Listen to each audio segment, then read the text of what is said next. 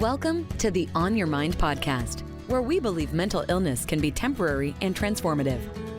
Stay tuned for innovative, effective tools from experts in the field of mental health. Hosted by Timothy J. Hayes, psychologist. This podcast aims to change the narrative around mental illness. Move from a place of fear to a place of hope and solutions. Here on Your Mind.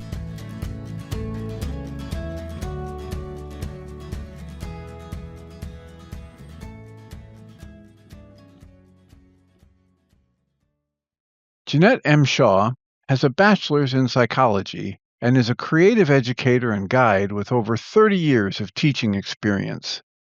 She's a knowledgeable practitioner in the fields of creative spiritual direction and self-healing. Her primary focus is the physical, mental, and emotional connection, as she understands that all of these areas must be addressed to heal the whole being. She facilitates residential intensives titled Healing the Whole Woman, and does individual workshops as well as one-on-one support services. For more information or to request a workshop or to schedule a session, go to healingthewholewoman.org. Jeannie Rice, welcome. Thank you so much for joining me today. It's a delight to see you again. You too. It's my honor to be here. We're here today because you've done some fabulous work over a long series of years, and you've just recently published, I think at the beginning of this month, Healing Generations, One Breath at a Time. This is the new book, and this is what we're here hoping to talk about. Beautiful cover, and really powerful, valuable content. So I'm hoping you can tell us what prompted you to write a book like this and what you're hoping people will get from it. Well, back in, I believe it was 2010, we did an intensive in Florida. And during a still point session, I had a very clear visual of a small Native American girl. And it felt like it was me. And she had been captured by white men or a white man, and was abused physically, mentally, sexually. And this vision, I describe it in the book in the chapter titled A Life Remembered or Imagined. You know, if you asked me if I believed in past lives, I would say no, but it really felt like it was me. Perhaps it was, an ancestral memory, something that happened to a past relative, and it's up to me now to face it. And after that still point session, I had such physical pain in my hips. And I just kept kind of, living with it and not paying a lot of attention to it. I kept telling myself, okay, if you focus on it, you're going to create it if there's not something already there. But after a while, I went and I had x-rays done because it was like, this was so intense. And they told me there was nothing physically wrong that should generate that kind of pain. And so I knew that the vision I had during the still point session was actually a mirror of what happened to me in this current lifetime. I got married when I was 16 years old, and nobody knew what was happening in that experience. They knew that I was married, but I told no one. I didn't tell my parents, my brothers, friends. I just kept it inside what had happened during those 3 years. And then after I finally got out of the abusive situation, it was like, okay, I don't ever have to look at it again. I don't have to, I don't have to remember it, but my body remembered it. And I think it was a reflection then of the still point session I had and the young girl being abused. And so it's like, okay, I have to deal with this. And my book shares that part of my story. And some of it is, graphic in description. And maybe in a way it's my finally holding my former accountable, because I never held him accountable for what he did.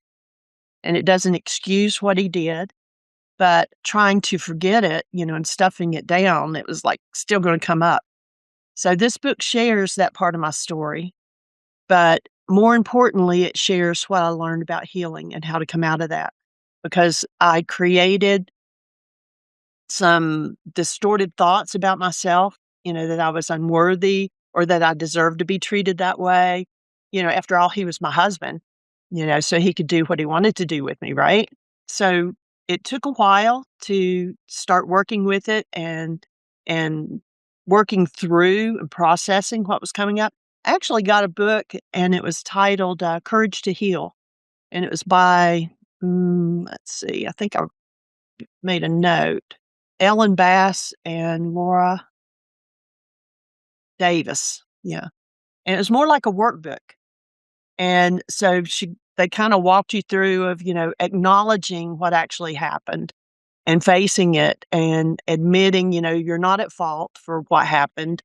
And it's like, okay, this was the beginning of my journaling to actually acknowledge the 3 years of abuse and realizing, I can't ignore it anymore. And then learning the forgiveness work and the breathing and letting go. Actually, in chapter 14 of the book, or anyway, it's at the end of the book, I actually do a worksheet on every one of the thought distortions that I mentioned in chapter 2 of who was I? Who did I think I was? And so the first part of the book describes my story and the thought distortions I had about myself. And those actually, were drawing other experiences into my life. Holding them down didn't make them go away. And so then this book was just, it took me from 2010 to I think it was 2016 when I very first started writing. And so now here we are at 2026 and I'm getting it published. So it's Well, finally out it's there, but it was all those years of processing. yeah, and 10 years to write a book this powerful is not that long, especially when you consider all that's gone on in your life over those 10 years. It's not like you just had the luxury to just sit back and just write Right. every day for a long stretch of time. So the thing that strikes me about what you said so far is this very tender age of 16 that you were when you got married. So there's two things that jumped into my mind as you're talking. One is that really the tenderness of a 16-year-old and the lack of sophistication and experience and wisdom for how to deal with people who are being abusive or whatever. And then the other thing is you're mentioning the forgiveness process. And while you and I might have great familiarity with that, lots of people who are going to encounter your book and hear this interview don't know anything about it. Right. So, would you like to say something like about that, or would you like me to offer a quick summary of that? Go for it. So, as you know, I've been working with the tools that you call the forgiveness or the worksheet process for 22 years or more, and studying with that work and with Michael Rice. And the way I talk to people about it these days is you have the capacity to choose the focus of your conscious awareness. You get to choose what you think of. Guy Finley says, as goes my attention, so comes my experience, right? Whatever I attend to creates what I'm experiencing inside. And the ancient wisdom says, you're whole and complete just as you are. And you have this creative force that we call thought, mind energy. And whatever you focus it on, you're going to get more of. You were mentioning that earlier with your hip situation. You didn't want to, focus on pain in your hip and then manifest an injury or a wound. Right. So what we recognize is that if I focus on something and I hold it to be true in my mind, I experience it as though it's true. And yet the fact of the matter is, we don't really know that much. Most of what we think we know is just our belief system. And we get lucky a few times that our belief system leads to a better life or comforting thought. But most of the time, it's our beliefs that keep us stuck. And in this case, you're talking about a belief that you weren't worthy or that you deserved to be abused, etc. And so you have these thoughts about it and you have certain goals running in your mind. The forgiveness process is about canceling the goals and opening the Mhm. space in my mind where something other than my old negative thoughts can come into my awareness. So, real Right. simple, I just cancel what I think I want, put away everything that my mind is telling me I need, and ask to be shown something else. And that's the essence of that worksheet process. As you've done that and presented these, can you talk to us a little bit about what you've experienced in shifts? What happened with the hip pain? What's been happening with your self-esteem, etc., as you've done all this work? Right. And it's funny because the hip pain had dissipated. I wouldn't say that it had totally gone away, but when I really got into writing the book, it's like it came back again. It was like, because I was touching into the things that I had never spoken of. And so bringing it to the surface, bringing it to the light, it's releasing from the tissues. And for those who may not understand that, it's what we call a healing crisis, is that when an event happens and energy goes into the system and gets locked into tissue, as you're healing, that will come back, the energies will come back out, and it might manifest symptomatically looking the exact same as it did when it went in. And so as I'm healing the issues of self-worth and all of that, then where my body was holding those, which most of the physical damage was in the hip area. So that's where it was holding on to that energy. And so as I was releasing all the thought distortions and all of the beliefs and letting go of all the goals and so then my body was releasing the pain as well. So that actually came back again as I was writing the book, especially the last few months as I was getting really close to publishing and we were going through doing the edits every day and things like that. So that came back forward again, but it's better. And like today, I'm totally well, totally good. But some of the things that I found, and I explain it in pretty much detail when I'm doing the worksheets in the book. And a lot of them I do on my former husband, which I call him Cain in the book. I said I changed the name to protect the guilty. But a lot of the worksheets are on him and what I wanted from him. I wanted him to honor me and I wanted him to, value me. And what I found after I canceled those goals was I didn't honor myself. I mean, I could have gotten out of that situation a whole lot sooner, but I didn't think I could. I thought I was trapped and that it was inescapable. And it took a while for me to get brave enough to step out of that. And it actually took a miscarriage of a baby to give me that push to get out. And so it was like I realized that I didn't honor myself. I didn't think myself worthy. So what I was expecting from him, I wasn't giving myself. And so letting go of that. And then in each of the worksheets, I called them afterthoughts. It's what we call the hydra. You cut off one head and 10 more come out. And so I would be doing a worksheet and it'd be like, okay, now I need to do a worksheet on this and this and this, and it just brought out more issues around that same event. But then a lot of the worksheets I did on my carbon-based memory self, which, is not our true self, who we are. It's the false self that we've come to believe we are. And so I did a lot of the worksheets. Like there was one worksheet where I thought that there was a possibility that he had given me a sexually transmitted disease. And it was like, I told him, bluntly, you know, what was going on. And I said, and if you've given me something, I'll kill you. And I mean, at that moment, I was so angry and full of rage that I honestly think I could have killed him then. And it took a lot of work to get to the point where if I ran into him on the street now, doesn't mean that I let him off the hook or pardon him for what he did. But I could run into him without feeling like I needed to murder him. So I've cleared that layer. But the reason I did it on my carbon-based memory and not on him, and yes, one of the afterthoughts was I needed to do worksheets on him and infidelity and sexually transmitted diseases and all of that. Those were other issues. But the main issue in that worksheet was I wanted to do that I held the capacity to commit murder. And they say in the scriptures, and, some people may not be, religious or believe in this, but the scripture said that if you've done it in your heart, you've done it. And so I did this worksheet that I committed murder. And so, they led in different directions, and there's 15 different worksheets in there in the book. And a lot of them are on myself, on the carbon-based memory self, not the true self. And I'd like to just back up to the one thing you said earlier where you said, I could have gotten out earlier, and I would just ask you to loan me your time machine if that's the truth, right? Because if you really could have, and you can go back and change that, when you get that one fixed, I'd like to borrow your time machine so I can go back and change a couple things that I could have done differently. Right.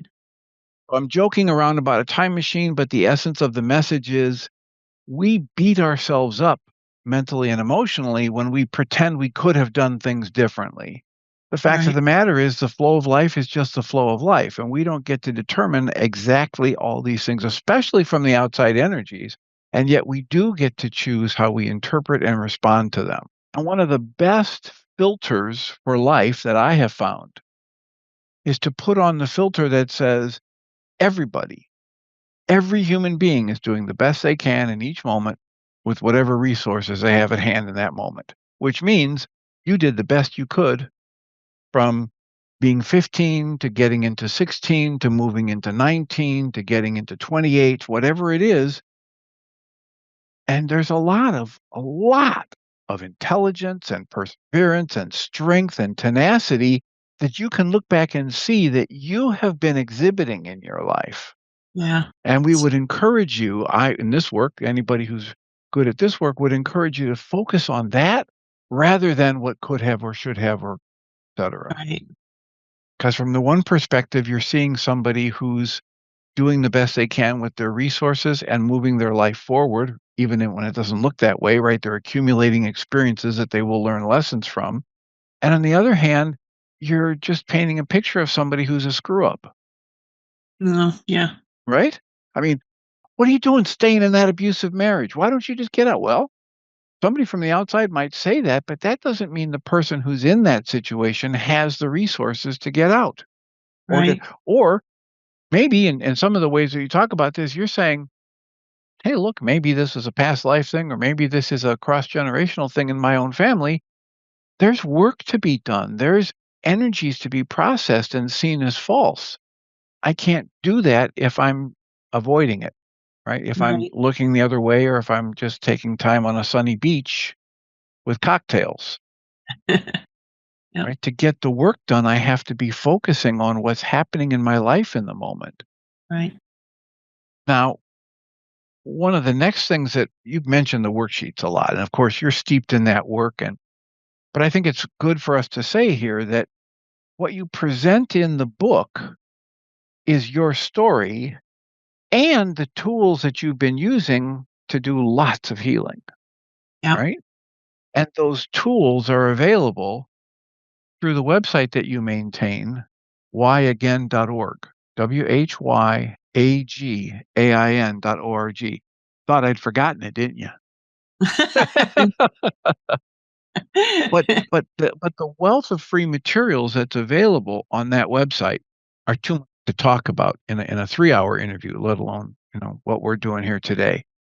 So just so people know, when you're mentioning the healing work and the tools and the worksheet, you give wonderful examples in the book and tremendous amount of support, and audio files of people being stepped through the worksheets are available at whyagain.org.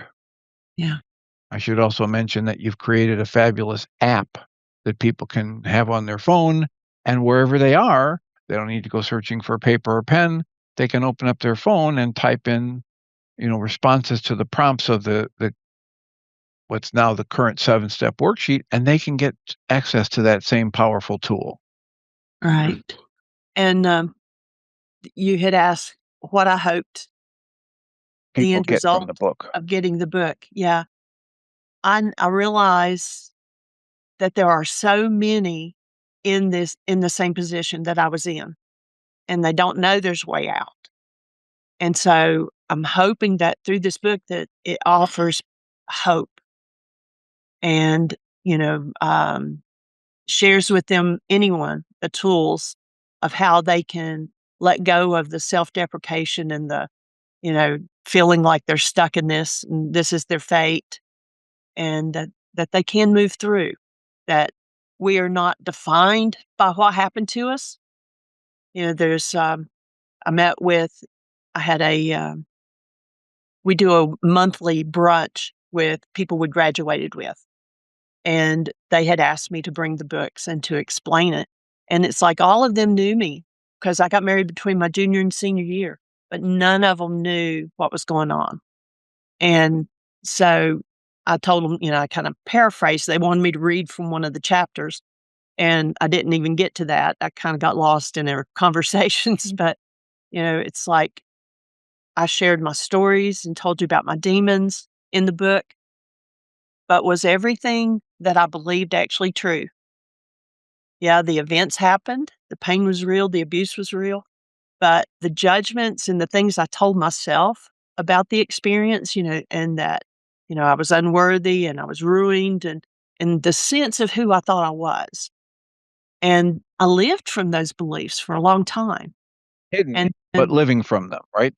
You didn't, because I've known you for 22 years or so, and you didn't present outwardly to anybody who would watch you walking down the street as though you hate yourself or you don't care for yourself. You always presented well on the outside, and yet the healing wasn't happening because you were in denial on the inside. right. Well, they were even shocked, because on the outside in school, I was on honor roll, was involved in certain things, not a lot. I didn't do a lot of extracurricular, sports or anything like that, but nobody knew. I mean, they couldn't have guessed, and based on my sharing with the class, one of my classmates came up to me afterwards and privately shared that her father beat on her constantly when she was growing up.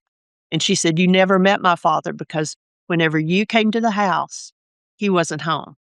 She wasn't allowed to have friends over if her father was there.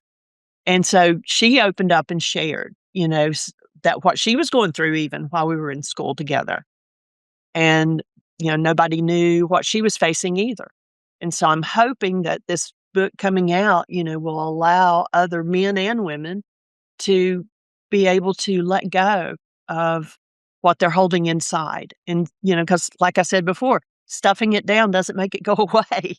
And, yeah, I've always attempted to be collected on the outside. And even one time, my brothers, they were 6 and 8 years younger than me. And when I was still in that abusive marriage, they had come to visit for a weekend. And they talked later, mentioned about, "Oh, I remember when we went to your house and we played in the creek. We had such fun." And I don't even remember them being there Yeah. because I was in survival mode. And so even though on the outside, my brothers thought, big sister's taking care of us, she's feeding us, she's keeping us the weekend, we're having fun. And I didn't even remember that they had come.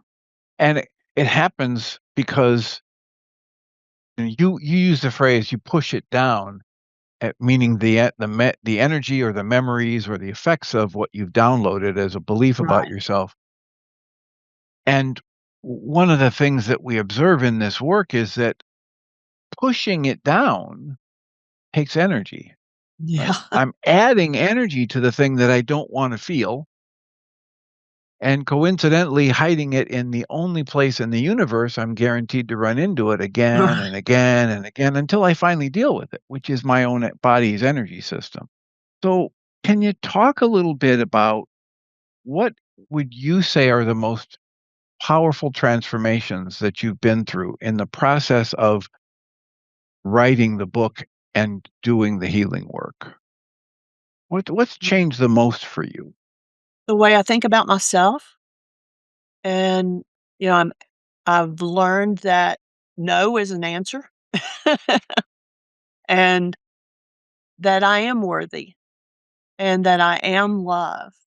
And it's challenging still, but and that's why the subtitle on the book, One Breath at a Time, we just and I always go back to I was in a conference back, oh, this was probably when I was in my 20s, and the guy was a Jewish speaker at the conference, and he said the name of God in their original language was not pronounceable, and it was like the breath, and it was like, Yahweh, Yahweh. So, the breath of God speaking his name, Yahweh, and So then he said, so are we alive because we took our first breath or because we first began speaking God's name? And if we choose to die, is it because we take our last breath or because we quit speaking God's name? And so every breath we take, one breath at a time, and we're speaking the Creator support. And, he put within us Ruka, which is translated as the breath, or some people translate it as the Holy Spirit. And that is within us to guide us if we ask it to. We're not puppets, and we're not going to, be, okay, you're going to do this, you're going to do that. But that power is within us to do what we can't do on our own if we ask it to. It's like in the worksheet, if you're going through the steps and you identify the goal, you cancel the goal. You have to let go first. Then you ask Ruka to assist you. If you're going to hang on to it and say, Ruka, take this from me, but I'm not going to let it go, she's not going to take it. So we have to be willing to let go and then ask, and that power within us can take over. And I think one of the big things is learning to believe. We've been taught a lot of things and it's head knowledge, but to really believe it in our heart and to accept that there is a source greater than us, whether you want to call it God or creation or, whatever, but it is greater than we are and it can handle what we can't handle. And being able to believe and trust in that power, even when I feel like my faith is gone, that it's still holding on to me. And so that was a big one for me. Because trust was a big issue, especially going through that, can I trust, he was supposed to take care of me. And, how can I trust anybody? And that actually led to, even after I got out of that situation and got back out into society or whatever, being able to trust anybody, male or female, are they I would going to? imagine that would take years. I imagine it would take years. And the strength it takes to leave a situation like that is the kind of thing that only people who go through it actually know, right? But when you've worked with people like that for years, you realize they've got a strength in them that far outstrips the average person. Yeah. And yet they're thinking of themselves as weak and broken and defective. So, the big part of the healing for me in this kind of work is just seeing the false nature of my negative thoughts. Yeah. And when I talk about it with people, and you're talking about believing rather than the head knowledge, it's the heart knowledge kind of thing. Right. And instead of using the word belief there, I just use a phrase like feeling the truth of it.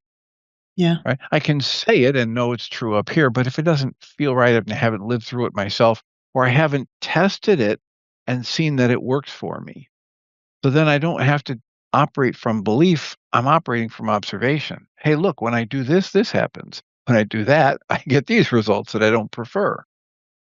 Yeah. When you think negative thoughts about yourself, how does it feel? Do you want to do more of that or do you want to do less? And if you're still believing your negative thoughts, that's a self-imposed prison. Mm-hmm. Yeah. So I asked, what kinds of things that you had seen or felt and shifted in yourself, and you can come back to that question. I just thought I would point out that what I have noticed from you over the years is that you still say self-deprecating things, and yet it's far less than it used to be, and more often than not, you catch it yourself. Yeah. Right? You'll make a course correction in the middle of a conversation that you didn't used to make 20 years ago. Right. Yeah. It's growth.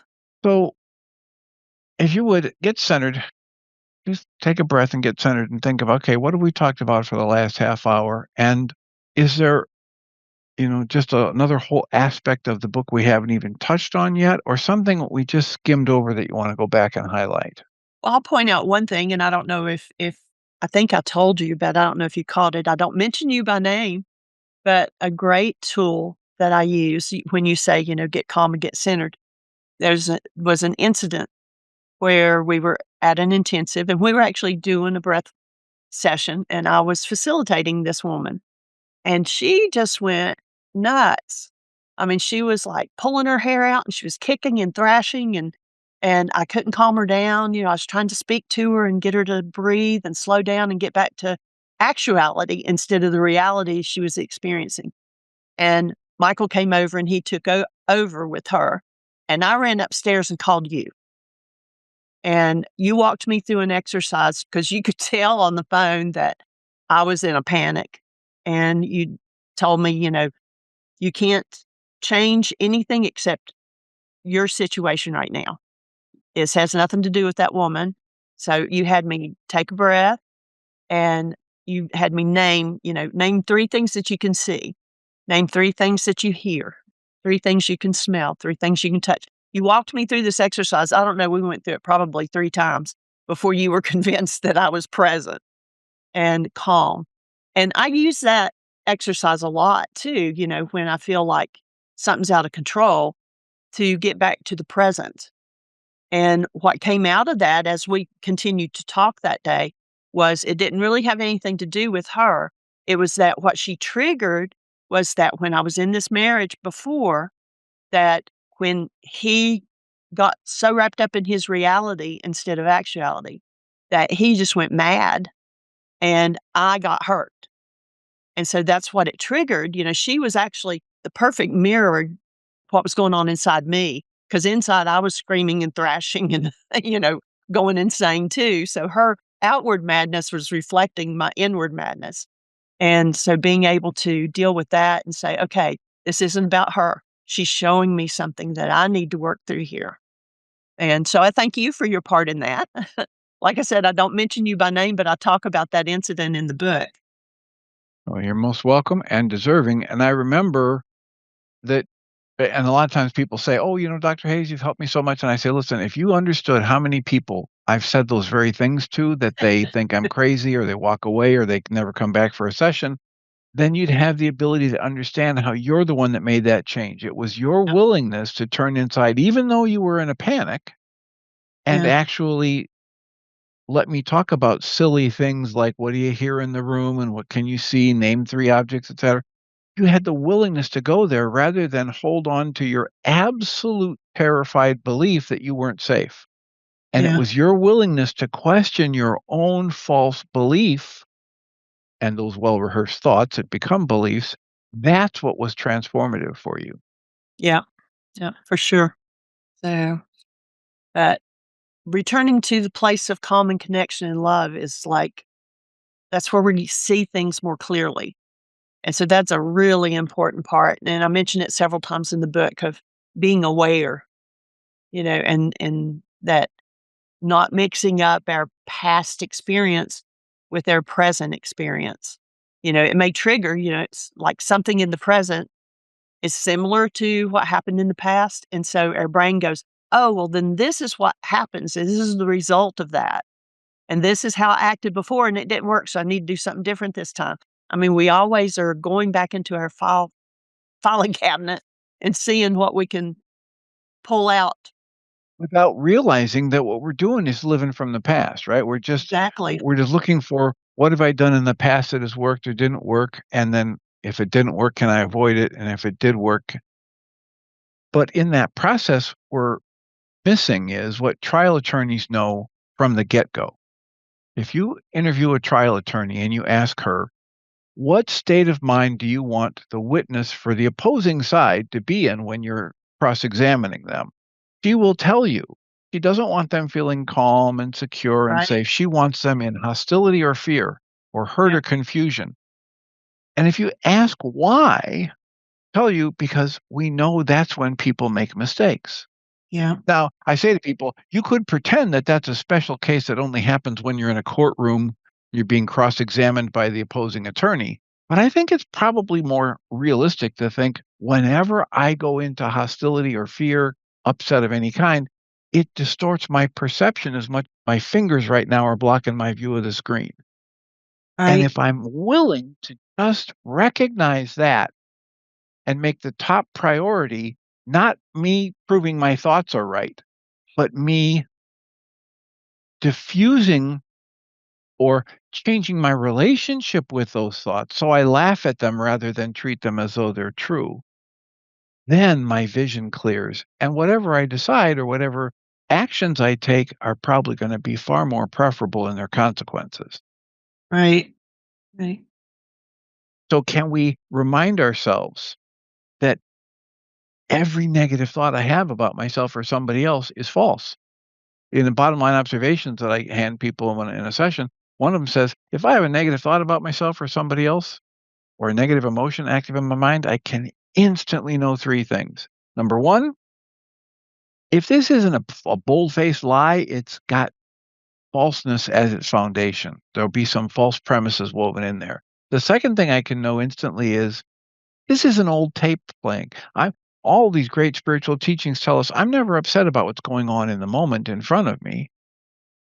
Because if I'm awake and aware in this moment, I'm interacting with that. I'm either helping people or expressing love or shielding others from abuse or, helping resolve a difficult situation. And there's no emotion involved. There's just the truth of life acting on me and me responding.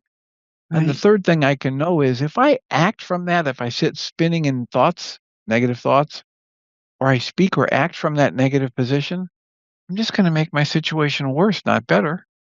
Right? Like akin to throwing garbage on the buffet table right before dinner. It doesn't enhance the dining experience. Yeah. So one of the things that comes to me is as I listened, as I read, and it felt almost like listening as you went through the different worksheets in here, that you've done a tremendous amount of unloading of the negative energies you carried about yourself. Yeah. And I'm curious about how many people, if they know you from the past and they're talking to you now that this book is out, if they're commenting on what they feel and see in your energy. Yeah, I actually ran into a lady last night in, the grocery store, and as we were passing, I said, "Hey, how you doing?" She grabbed me and hugged me, and she said, "I'm reading your book." She said, "Oh my god." So it was just an immediate, you know, compassionate embrace, and, she didn't really have to say any other words about it. The reviews online have all been awesome, and I think it's touching people. And one of the things we didn't talk a whole lot about, I told about whether the Native American girl was a past life or whether it was a generational in the past. Things, energies like, the fears, the hostilities, abandonment, those things are passed through the generations. And not just from that Native American girl and her fear and the abuse and everything, but as I was working with writing the book, and I did a women's intensive. My mom came to it, and she actually shared, some things, how she had felt abandoned. I mean, it wasn't his choice. Her father died, but, that she felt abandoned by the man in her life.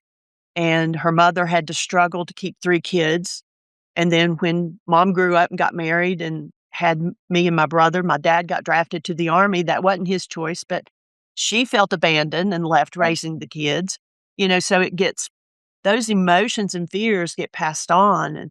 And then she shared about hiding in the bathroom in a movie theater to get away from a lecherous old man, or whatever. And so she had experienced some things that she had never talked about to anybody. And then going to my father's side, my grandparents on my father's side, they had 12 kids and lived in a 3-room house, and didn't have running water or anything, and were, I'm sure, constantly wondering how they were gonna survive.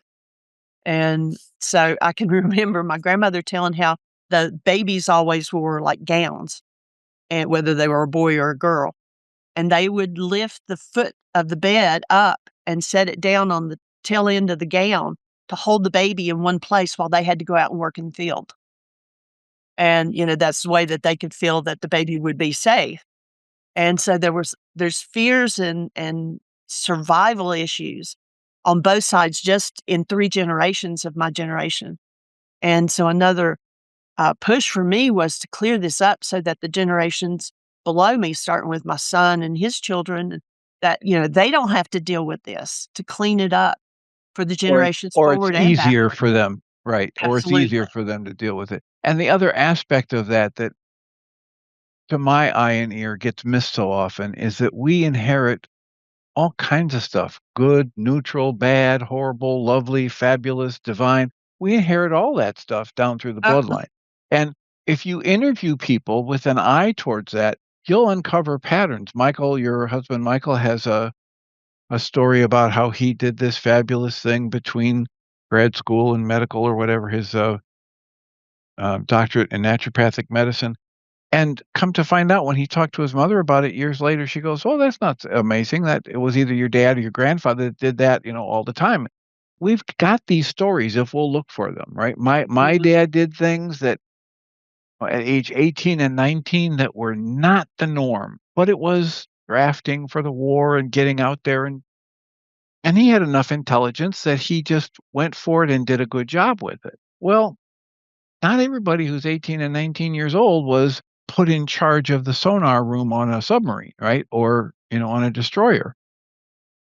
My brother grew up and did that. It was in his 19s and 20-year-olds. He's managing the Notre Dame football team and in the ROTC. And the same kind of thing happened with me. They swore me in as a probation officer at 19 years old. Contributing to life and death decisions for people at 19. Right? Yeah. It's the good stuff comes down with the not so good stuff, right? It's just stuff. It's just energy and it's resources. If we'll look at them honestly and work with them, that we can use to make our lives better. Right. Or if we shove them away and pretend they're not there, they become the festering wounds that, the Mhm. infection that keeps us from realizing the benefits we could be accumulating in life or the lessons we could be learning in life. Right. Yeah. So true. Yeah, just like, people think, "Oh, I've got, my dad's eyes, my mom's skin, or whatever." But you get the other stuff too, that's for sure. So Yeah, and at least tendencies towards it, right? right. Yeah.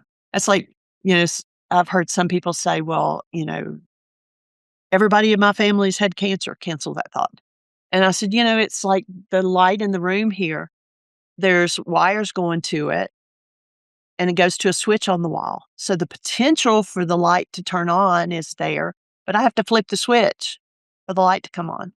So, we might have the potential for anything within us. I mean, even to the fact of, in one of mine, I was going to commit murder. And so the potential is there, but it's up to us whether we flip the switch or not. And we can choose to, change our DNA even. Well, It's I just want to thank you for being willing to be changing your DNA because, as yeah, we know, we're not in this world independently, right? We're connected energetically and emotionally, and through the ripple effects of our actions. So, thank you for being willing to do this work and write this book. It was really hard for me to imagine as I was reading this that this is the first book you've written.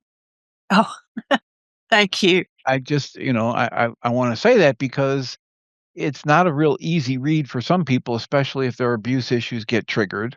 Right. And there's some repetition as you're presenting the worksheets, and yet the value of that repetition goes beyond words. And the gift you're giving people by being this honest about these difficult issues and then presenting how you're handling it and healing from it is fabulous.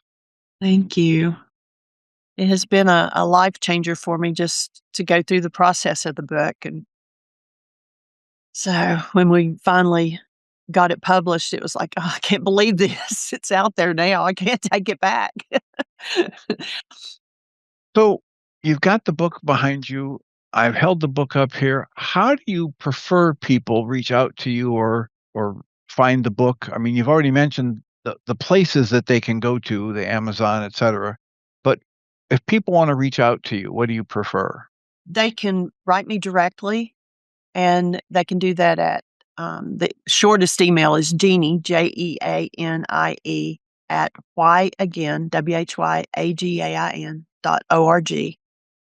And they can write to me there, buy a signed copy directly from me. It's $19.99 plus $8 shipping and handling directly from me. Amazon, Kindle, and I'm working on a workbook. I've actually have it. I'll say completed, but I've sent it to 3 ladies who are planning to do a support group, and it's a workbook that is a companion to this book for them to do go by and do a group study, and it's not page by page through the book. And so I've sent it to them and I said, give me a beta test here, what needs to be changed or whatever before it comes out. But Amazon is holding the book until April 24th. They want to see how much interest there is in the Kindle book. And there's been a lot of reviews for the Kindle and the paperback. They are now showing the paperback on Amazon, but it'll say on there that it's not available till April the 24th or something like that. But I've got a stock of books here, so I can send them out. It's also, we did it as a test. It popped up on Walmart's site. And so we ordered one, had it sent here. They're doing a print on demand, and it's not the exact same quality, like it's not as glossy and things like that, but it got here in 2 days. And so, there's just Quick. Yeah, I was surprised. And, they use more of a white paper where I used a cream when I had these done, because they say it's easier on the eyes. But, it's on any independent bookstore now, just about. And, you can order from their sites. You can go to Goodreads. As far as commission goes, of course, I make more if you order it direct from me. But, and if you do get one, no matter how you get it, if people would go out and give a review, that would be awesome. And they can give a review, not just on Amazon, they can go to Goodreads and give a review, or they can go to Ingram Spark or Books A Million, Barnes & Noble. They can go to any of those and give a review on it. And that would help give it a push out there. Excellent. And we would like to have that, because the more people who are exposed to powerful tools like this and moving stories like this, the better. Yeah. Yeah. Well, Yeah. thank you so much. I want to offer you a chance to put in some closing comments before we completely run out of time here. So what do you want to leave us with? What kind of blessing do you want to grace us with as we wrap this up? There is a way through, and we are not defined by the experiences that we've had. That, yes, they happen, but it's not who we are. We are love. We always do this in our workshops, how many's held a newborn baby? What's its essence? And people always describe it as awesome, wonderful, miraculous, pure, sweet, innocent. And so I offer, that's who you are. That's who I am. That's who everybody is. Regardless of then the experiences, they may do crazy things. There's actually one worksheet that I do on Cain in the workbook. And I get down to the point where I say, what happened to him that influenced him to behave this way? And I think that's probably the first time I actually could say I had maybe compassion for him.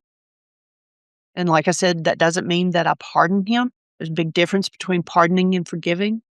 You can let a person or yourself off the hook for whatever happened, or you can go inside and remove the energies that don't belong and return to love, which is who you are, your very essence. Wonderful. Thank you. Well, thank you so much for your time. And if that workbook comes out and is a success, please let me know. Absolutely. And in the meantime, congratulations and thank you for the work you're doing. Thank you, Dr. Tim. Jeanette M. Shaw has a bachelor's in psychology and is a creative educator and guide with over 30 years of teaching experience.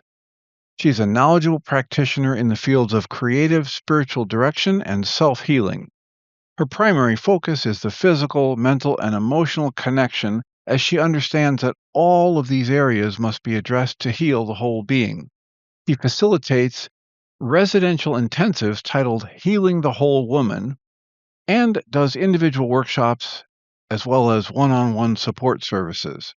For more information or to request a workshop or to schedule a session, go to healingthewholewoman.org. You've been listening to the On Your Mind podcast, offered by Journey's Dream, where we support people through mental health challenges to a place of true and lasting well-being. If you love our show, we invite you to visit onyourmindpodcast.org to join the conversation, access the show notes, and discover our helpful resources. Thank you for listening.